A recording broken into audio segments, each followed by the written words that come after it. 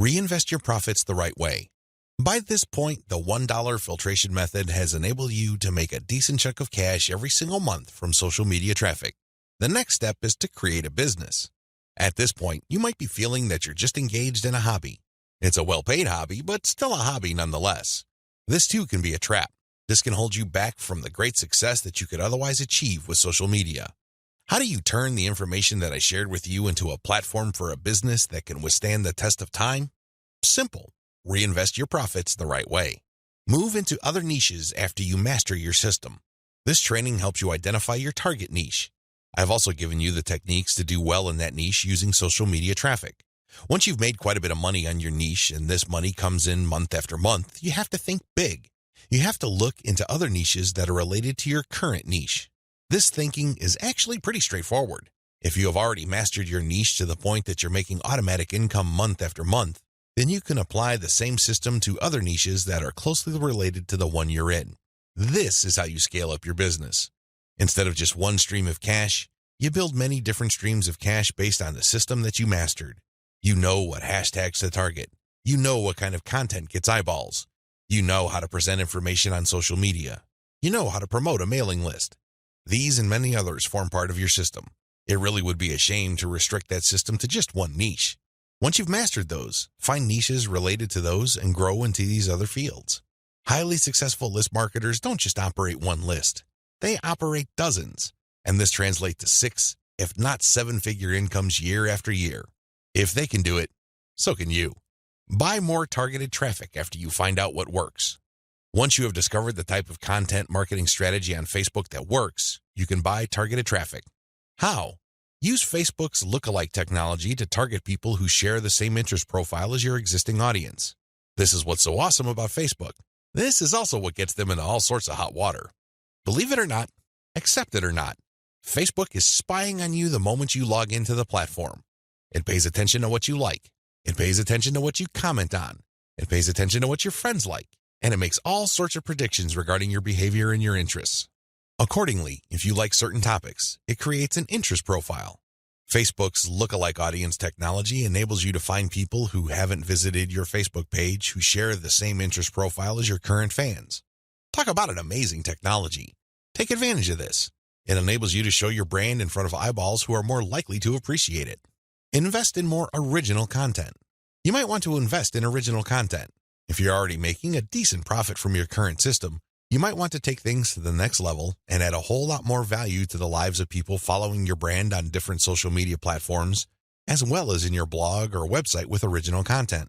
Now, this doesn't mean that you have to roll up your sleeves and write everything yourself. You can hire professional writers to do this. Thanks to global outsourcing, you can get high-quality original content from places like ozkey.org without it costing you an arm and a leg. You can get high-quality content that truly engages your audiences without it killing your profit margin. Invest in more content updates. This advice really flows from the previous point I raised.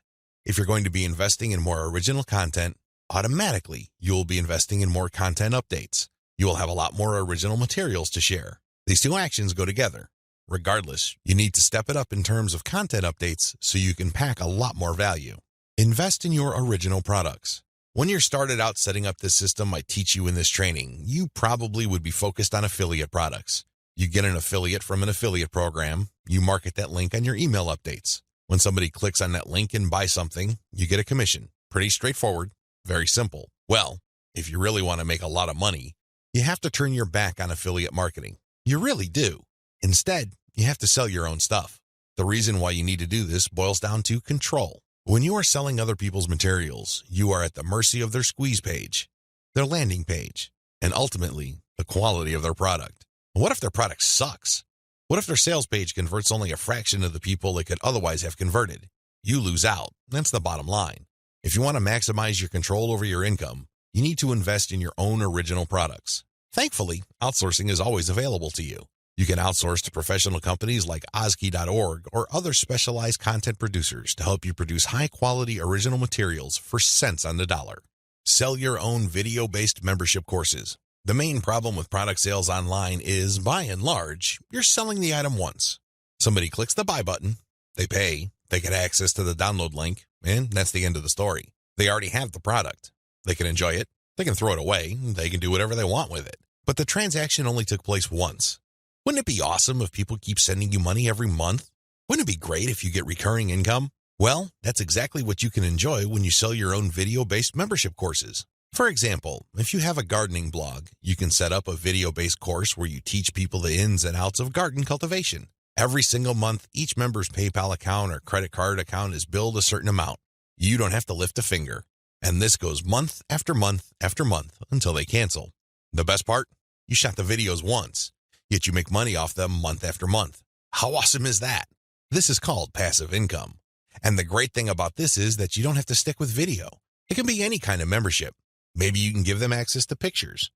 Maybe you can give them access to files or even software. It doesn't matter. What they're paying for is the right to download that material month after month. This is the key. Recurring income should be your ultimate goal. This is how you maximize your effort. You're putting in less work while getting more money out of the system.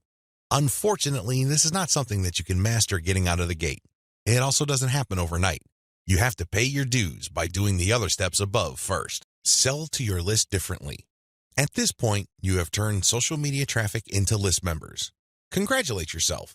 You've managed to do something the vast majority of social media marketers cannot do, or, worse yet, don't even think about doing. It's quite an accomplishment. Unfortunately, even at this point, it's still too easy to drop the ball. In fact, a lot of people who have mailing lists stay with one mailing list. They think that as long as people who visit their blog sign up to their mailing list, they're good. Well, at a certain level, they're correct. A certain percentage of those list members will buy affiliate products that you promote on your list. A certain fraction of your mailing list will buy your original products. Some may even visit your online store and buy merchandise. But the problem here is that if you accept this scenario, you are settling for cents on the dollar. You really are. Don't you want to maximize the value of all your hard work, focus, and energy you invested in your venture? Wouldn't you want to maximize your return on effort? If you want to get maximum results from your mailing list, you have to sell your list differently. There are really no two ways about it. Every other approach would lead to, at best, mediocre results or, at worst, no results at all. Keep the following tips in mind. Use different content on your list. When people join your mailing list, chances are they joined because they got exposed to some of your content. They already know what you talk about. They are already familiar with the quality of your content. They understand the themes that you focus on. That's why it doesn't make any sense for you to feature the same exact content on your list. Sure, you may make some changes. You might change the title. You might even switch things around. But people aren't dumb. They can see right through that. They can see that you are recycling content and feeding them stuff that they have probably seen before. Do you think this kind of practice builds confidence? Do you believe that doing things this way will build trust? Of course not. You have to use different content. What kind of content will you have to use? Well, first of all, you already know what your most popular pieces of content are. Start with these. No, I'm not talking about republishing them. I'm talking about analyzing them and seeing where the gaps are. Are there any questions that are left unanswered? Are there any questions that were raised by the answers that you gave in those popular pieces of content? These should be enough to get your mind going as to the kind of finely tuned, high-value content that you're going to be sharing on your list. Remember, your updates are the ultimate reward to your list members. Sure, you may have positioned your squeeze page to reward subscribers with a premium, but once they downloaded that premium, they really have no other incentive to keep reading your emails. Do you see how that works? So do yourself a big favor and make sure that the update content you send is the reward. That's how you get people to open your emails and read your materials over and over again. Reward them for being on your list. Don't drop your guard. Don't take it easy. Don't give in to laziness. This is your time to rise and shine. Everything else that happened before this was just a dress rehearsal. This is it. This is where the rubber meets the road, and you better perform. Use premium content. If you really want to hit the ball out of the park with your mailing list, send updates that really highlight how original the content is. Well, how do you do this? Use social proof for case studies. These are testimonials of people that have taken your advice or who have experienced certain things that you talk about. When people read these stories, they can't help but be engaged. They can't help but be absorbed into the narrative. These people sharing their testimonies are real flesh and blood human beings with real problems that your readers can relate to. That's the kind of compelling content that will take your list to a whole other level. Why? Most of your competitors are just recycling their stuff. Sure, they're recycling their best stuff because that material is tried and proven, but they're not really distinguishing themselves. They're not really doing their brand any favors by taking the easy way out. You have to commit to doing things differently. This is how you build loyalty around your content. Remember, when you're running a mailing list, your content is composed of the emails you send out. No more, no less. Upsell, upsell, upsell. I can't say the word upsell enough. If you want your list to make money, you have to upsell. Now, you don't have to be a hero. You don't have to overdo this. You don't have to come off like some sort of super salesman. If you're like most people, you know how annoying pushy salespeople are. You probably will push back. You will probably tune them out and unsubscribe. I can't say I blame you. That's how most normal people respond to pushy salespeople. By upsell, I am just telling you to send content that highlights a problem and a solution. That's all upselling is. You remind people of their range of problems, and you remind them of certain solutions to them. Now, of course, just like with most things in life, there are good solutions and even better ones. Your job is to send email updates that get people excited about finding a solution and laying out common solutions that are good, but are not the best. What you're doing here is you're drawing their attention to the very best solution to their problems. For example, if you run a social media marketing mailing list, you can tell people that creating picture quotes and videos from pictures is a great solution to their original content needs. But an even better solution would be to automate these materials where people just click on images and all of a sudden, a video is created. It saves a tremendous amount of time, effort, energy, and most importantly, the created video would then automatically be uploaded to their social media accounts. That's the kind of distinction between good enough solutions and obviously superior solutions. That's how you upsell people to your list. You're still providing value. You're still answering their questions. You're still addressing their needs. But you're laying out a range of options. They can try to do things on their own or try to do things the way most people handle the problem, or they can try something else. When they look at that something else, that's when you sell your affiliate product, your original product or your service. Regardless of how you do it, you need to upsell, upsell, upsell. I wish I could tell you that this was easy. I wish I could tell you that this is just a simple matter of laying out some alternatives and then playing up the best solution. The best solution, of course, pays you a commission and you make money off each sale.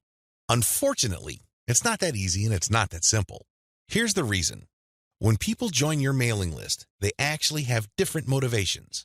Some people are there because they just want to get the freebie, but they're too lazy to unsubscribe.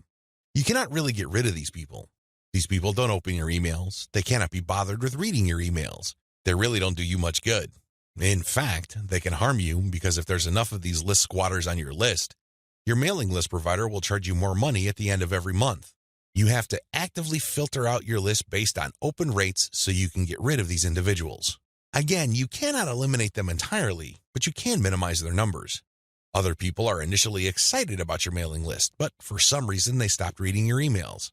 Even others constantly check your emails, and they really love what you have to share, but the problem is they feel that your premium offers are simply too expensive. Now let me clue you in on a secret. When somebody tells you that whatever you're offering is too expensive or too unaffordable, what they're really trying to say is that you haven't completely sold them on it yet. Alternatively, you haven't completely filtered them yet. Either they're not motivated enough or you did not give them enough reasons to be motivated. Regardless, they're still on the fence. You need to push them off the fence. Expert salespeople know this because in the big scheme of things, there's no such thing as unaffordable. If you talk to somebody and you convince that person that they absolutely need to buy your product, there's really no difference between a $10 product and a $1,000 product. They will get that product because you have elevated their perception of that product to the realm of need. People take care of their needs first. Their wants are often left at the back burner. I hope you understand this. I hope you get this. It's not because your affiliate product is too expensive in absolute terms. Instead, it's because you have failed to either qualify the prospect or make your case. And this is why simply upselling by itself is not going to work. You have to take the next step, which I'm going to describe below. Use the $1 list filtration method. You have to filter your list members into two groups, interested people and interested people who buy. These are two totally different groups of people. Now, please understand that just because people open your emails religiously, it doesn't necessarily mean that they would buy from you. Like I said above, maybe you did not present your case properly. Maybe you did not qualify them properly. This $1 list filtration technique that I'm going to teach you enables you to filter your list members properly. What you would do is, instead of trying to upsell people to $19.95, $34.95, or $349.50, or any other similarly priced products, everything that you're going to be selling on your general list will be priced $1. No more, no less. By general list, I'm talking about the list all people who sign up to your mailing list get on. This is your default list. I want you to treat this general list as your starting list. This is kind of like the vast, unfiltered, generic mass of people who are interested in your brand. When you upsell people using $1 offers, you enable people to segregate themselves based on their motivations. These are people who are motivated enough to spend $1. In other words, they see the value in your content, and they are willing to put their money where their mouth is. Now here's the secret. There's really very little distance between paying $1 for something and paying $100 for something. This is a lesson I learned firsthand. When I first tried this, I thought the only people that will get on my dollar list are cheapskates. These are misers. In the back of my mind, I thought that they're just not going to buy big-ticket items. Boy, was I proven wrong. If somebody is able to psychologically hurdle the distance between 0 and 1, they can, given enough exposure and enough content, hurdle the difference between $1 and $100. This is not theory, nor is it speculation. I see this all the time with my own two eyes. Your job is to filter your general list. You're basically telling people, when you run these $1 offers, to prove to you whether they are just interested or truly interested. This is a self-segregating mechanism. Use it. People who sign up for your general list are interested in quality content. That's what they're there for. But only a fraction of them would actually be willing to pay money. You make your money off this golden fraction. You use your buyer's list to make real money. Again, you have to sell your list differently. This applies to your two types of mailing lists as well. Your general list, they get quality information that is distinctive like social proof and case studies along with upsell messages. Your buyer's list, on the other hand, gets more in-depth material with higher value upsells. Again, if somebody's willing to go from 0 to $1, you have a tremendous opportunity to get that person to go from $1 to $100, $1,000, or whatever amount you want. Now, keep in mind that the higher the dollar value, the lower the conversion rate, but you get the point. You have to get people to segregate themselves based on their readiness, willingness, and eagerness to buy. And since $1 is essentially friction-free, this list filtration method works like a charm. Scale up your targeting. When you're publishing on Facebook and Twitter, you can use hashtags. This is definitely true with Instagram. Regardless of the platform you're on, make sure you play around with how you categorize or tag your content. In any niche, there are many different tags available. Experiment with these. See which tags get the most attention from the social media platform you're sharing a piece of content on. Of course, you're not going to find the magical combination of hashtags overnight. That's not going to happen. This is one of those things that you're going to have to find out by doing it over a long period of time. Still, when you run these experiments, a pattern should emerge. Sooner or later, you would discover that certain hashtags produce a lot more results than others. They draw a lot more eyeballs. They get a lot more attention. Most importantly, they get a lot more engagement. Stick with those. Experiment with tagging niche-focused influencers. When you're doing research on hashtags on Twitter, for example, you would be able to find influencers that specialize in those hashtags. These people just love to post content related to certain topics. They use a narrow range of hashtags every time they post. It seems that's all they focus on. Find these people. Look at their content. Are people retweeting them a lot? Are they getting a lot of love for their content? Do they get a lot of engagement? Are people responding via Twitter?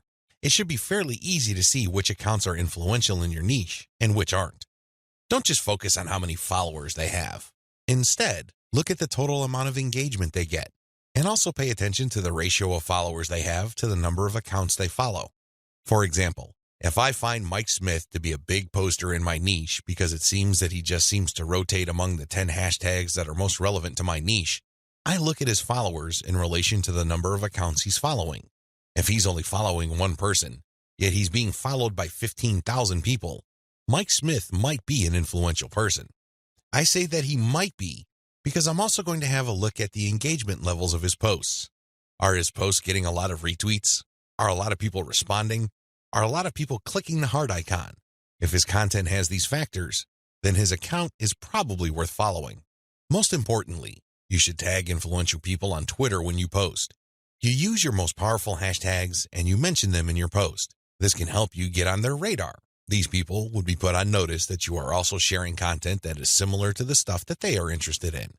If they check out your stuff and they like what they see, don't be surprised if they share your content with their following. Engage with them. Let them know about your questions or suggestions. In fact, you should engage with them so much that you can possibly create a relationship where they would publish your guest posts if they're bloggers, or discuss whatever it is you're doing on their social media platforms. At the very least, when you partner with them, they become part of your content distribution network. In fact, a lot of them can even get you interviewed on influential blogs in your niche. Don't think that influencer engagement is simply restricted to tagging people. That's just the beginning. That's actually the tip of the iceberg. They can do so much more for you. You just have to continuously engage them and be social. This doesn't mean that you have to kiss their butt. This doesn't mean that your stock response to all of their posts is amazing post or great post, I love it. That's not going to work. That's not going to push the ball far enough. You have to actually engage. And oftentimes, this might seem like you're criticizing them. This might seem that you are offering a negative view, but you need to get their attention. You need to bring home the point that you actually know your stuff and that you are also credible in the same niche space. That's how you get them to take you seriously. That's the kind of engagement that builds respect. Otherwise, you're just going to look like another member of the choir. They really don't have any incentive to interview you or post your guest content. Why should they? You're not really sharing any information or suggesting any points of view that are different or distinctive. Experiment with paid traffic. Only after you have spent a lot of time drumming up free traffic from social media marketing should you even think of buying traffic. I know this sounds a bit extreme, but it's the absolute truth. Why? Well, in the beginning, you don't know when your target audience members will be reading your content. In the beginning, you don't know what their demographic breakdown looks like. How many males compared to females are in your audience pool? Do males or females like certain types of content that you share? What are their age ranges? Where are they located? I hope you see the big picture here. You have to use free traffic to do initial audience intelligence. Once you've gotten all these important insights, you can then start paying for Facebook ads and other platforms' ads. If you start any earlier than this point, you probably would end up wasting your money. Study your statistics first. Pay close attention to audience patterns. Take out ads based on these patterns. Unlock the power of repurposed content. I've already described this in an earlier video, but this topic is so important it deserves its own standalone video. When you create original content for your blog or website, you already know that this content has some sort of traction in your niche. You already know that there is a significant amount of demand for this particular type of content. Not only did you base your decision on the social signals of your reverse-engineered competitors' content, but you're also picking out content choices based on your own statistics. In other words, you're basing your best content on tried and proven material. You're not taking shots in the dark. You're not taking wild guesses.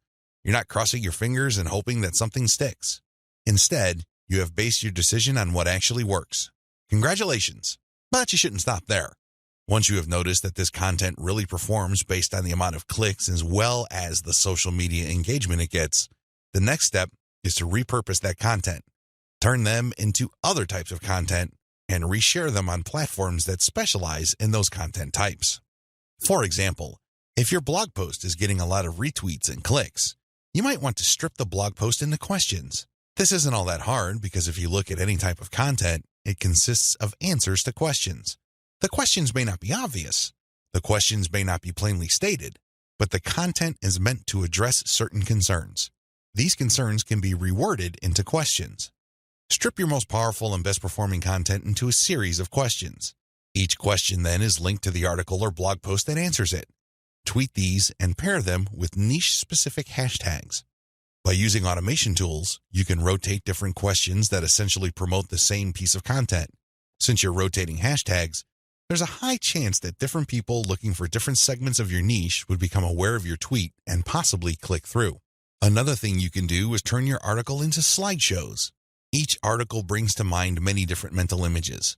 Come up with different pictures for each of the topics raised by your article and create a simple slideshow using PowerPoint.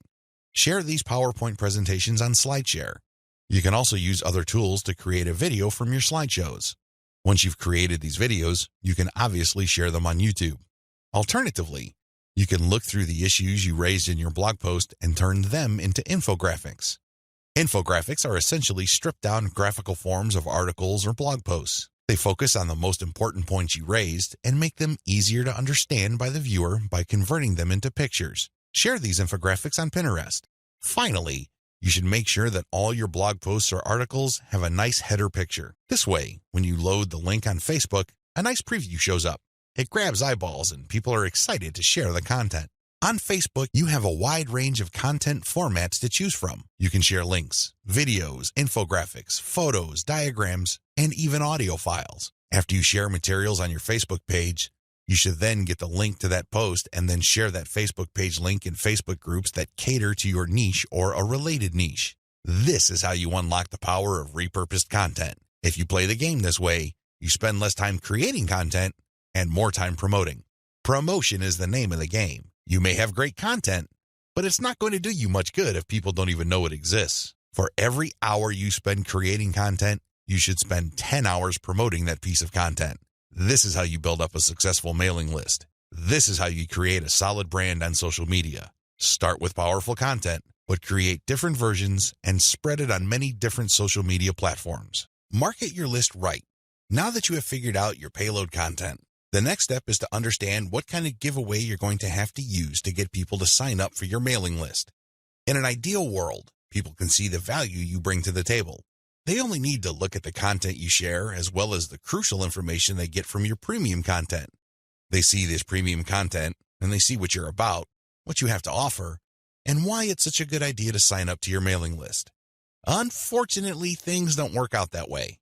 Even if you have the very best blog posts and articles on your website, people still need a push to sign up to your mailing list. This is where incentives come in. You're going to offer free, high-quality premium content, but you're going to repackage it in a way that people would appreciate. Maybe you put in a book. Maybe you come up with some sort of cheat sheet or resource sheet. Or perhaps you can strip it all down into a booklet or even convert it into software form. Whatever the case may be, this premium free giveaway content is going to act as an incentive for people to join your mailing list.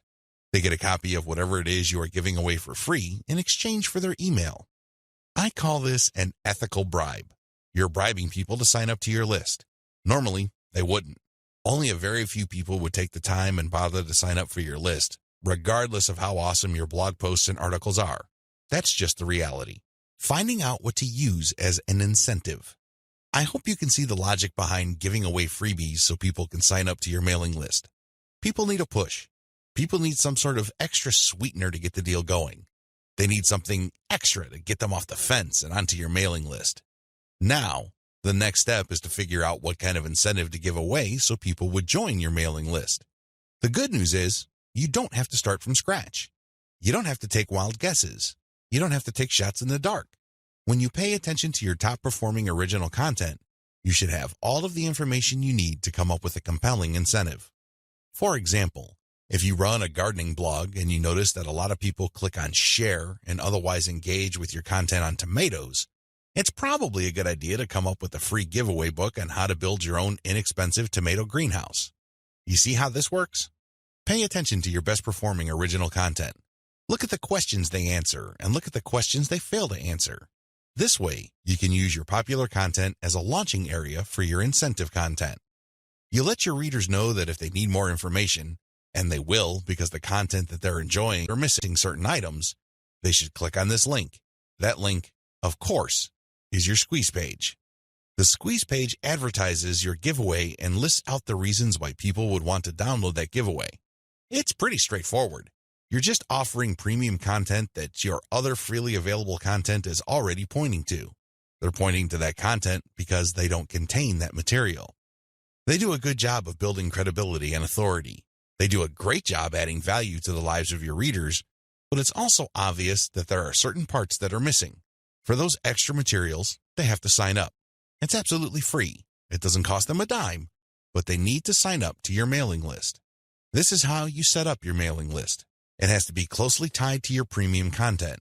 Coming up with incentives or freebies that look like they came out of left field because they're unrelated to whatever it is you're currently doing is not a good idea. Chances are quite good that you're going to fail.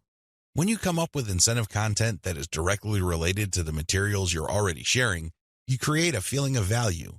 There's also a feeling of exclusivity.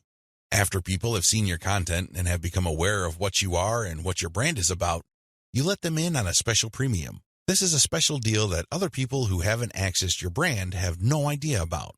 Position all your original content to push your mailing list first. To play up the value of your incentive content, you first have to promote the value of the mailing list. I know this sounds counterintuitive, but if you think about it, it makes all the sense in the world because, in reality, it's the mailing list they're signing up for. The freebie that you're giving away is just a bribe. It's intended to get people to enter their email address and nothing more. If you were to use all your original content to play up the fact that people can get this additional content, don't be surprised if people sign up to your list and quickly unsubscribe because they really don't care about your list. Again, you're walking a tightrope here. On the one hand, you want people to get excited about the premium you're giving away for free in exchange for their email address. On the other hand, you want people to see the value that they would get by being members of your mailing list. This is how you should play it. All your original content should push your mailing list first. I'm not saying that you should not tie it into the incentive, but your original content should highlight the fact that when people join your mailing list, they will continue to get valuable information. This is the key, because when you use your tried and proven content to push mailing list membership, people are less likely to join your list and immediately unsubscribe. They are aware of the value that the list can possibly bring to their lives. You then play up the premium content as part of the membership. In other words, it's an extra. It's not the main focus of the list. Keep the list separate from the premiums you use to get people to sign up to your list. I hope this is clear because you want to play up the list first, but it must be obvious that you are using the premium content, whether it's a free book, a booklet, a cheat sheet, some sort of pre-recorded video, or something else, as a means to get people to make a decision. That's the bottom line. You want the incentive to push people to make a decision to join your list, but all your original content, and your website by extension, should push the reader to see the value of being a list member. A lot of social media marketers completely blow this. They think that it's all about marketing the incentive. Well, to continue with the example I raised earlier, what happens after you get people to sign up to your list in exchange for the greenhouse guide? That's right, nothing. Why? You played up the value of the greenhouse guide to such an extent that people are clueless as to what other value they would get from your mailing list. Indeed, don't be surprised if people start reporting your list as spam after you start sending them updates. They were so focused on getting the free book that the updates from your mailing list completely took them by surprise. This happens all the time because of faulty messaging on your blog or website. You cannot afford to play the game this way. You worked hard to pull all this social media traffic to your site. You spent a tremendous amount of time, effort, and resources to build a solid brand. Unfortunately, you're dropping the ball if you market your mailing list this way. You must sell the list first, but the incentive must be used to push people to make a decision. This is the proper order of priority. Anything else will fail. Set up your squeeze page for maximum social appeal. As I mentioned earlier, you should use your content to push your mailing list. You should use your content to upsell your squeeze page. But this doesn't mean that you can get away with badly designed squeeze pages. It's not going to cut it. Your squeeze page must be well designed. After all, this page is a specialized recruitment page. When people get on this page, you have to make the case as to why they should join your list, and not just for the incentive. While the incentive takes a big chunk of the real estate of a squeeze page, you should be clear about the fact that people are signing up to your list. With that said, you have to make your case. Why should people bother with your updates? Why should people stay on your mailing list? What kind of value would they get? Remember, people are always asking what's in it for me. Your squeeze page must answer that question effectively, clearly, and powerfully. Your squeeze page must be well designed enough to be able to make that connection, while at the same time, it must be easy to market on social media. Maybe you should have a graphic on your squeeze page that can be easily posted on Pinterest. Maybe you should have a video on your squeeze page that can be easily shared on YouTube. There are many ways you can go with this. What's crucial is that your squeeze page must be social media ready. At the same time, it should also do a good job of recruiting people. Set up the right confirmation page. When people join your list, thank them and make them feel welcome. You also have to clue them in regarding the content they should expect to receive. Make them feel that they just did the right thing. Make them feel that they solved a major problem. Not only do they get access to the digital freebie you're giving away, but they're also going to be receiving valuable information regarding a particular topic that they have problems with. This is how you sell the list. Simply hyping up and over-promoting the premium is not going to help you convert social media traffic into cash. That's just not going to happen. You have to sell the list. You have to build trust in the list. Use automatic content sharing. Before I get into content sharing automation, I want to highlight one other important reason why you should repurpose your content. If your audience members keep seeing that you talk about the same stuff over and over again, chances are you will lose them.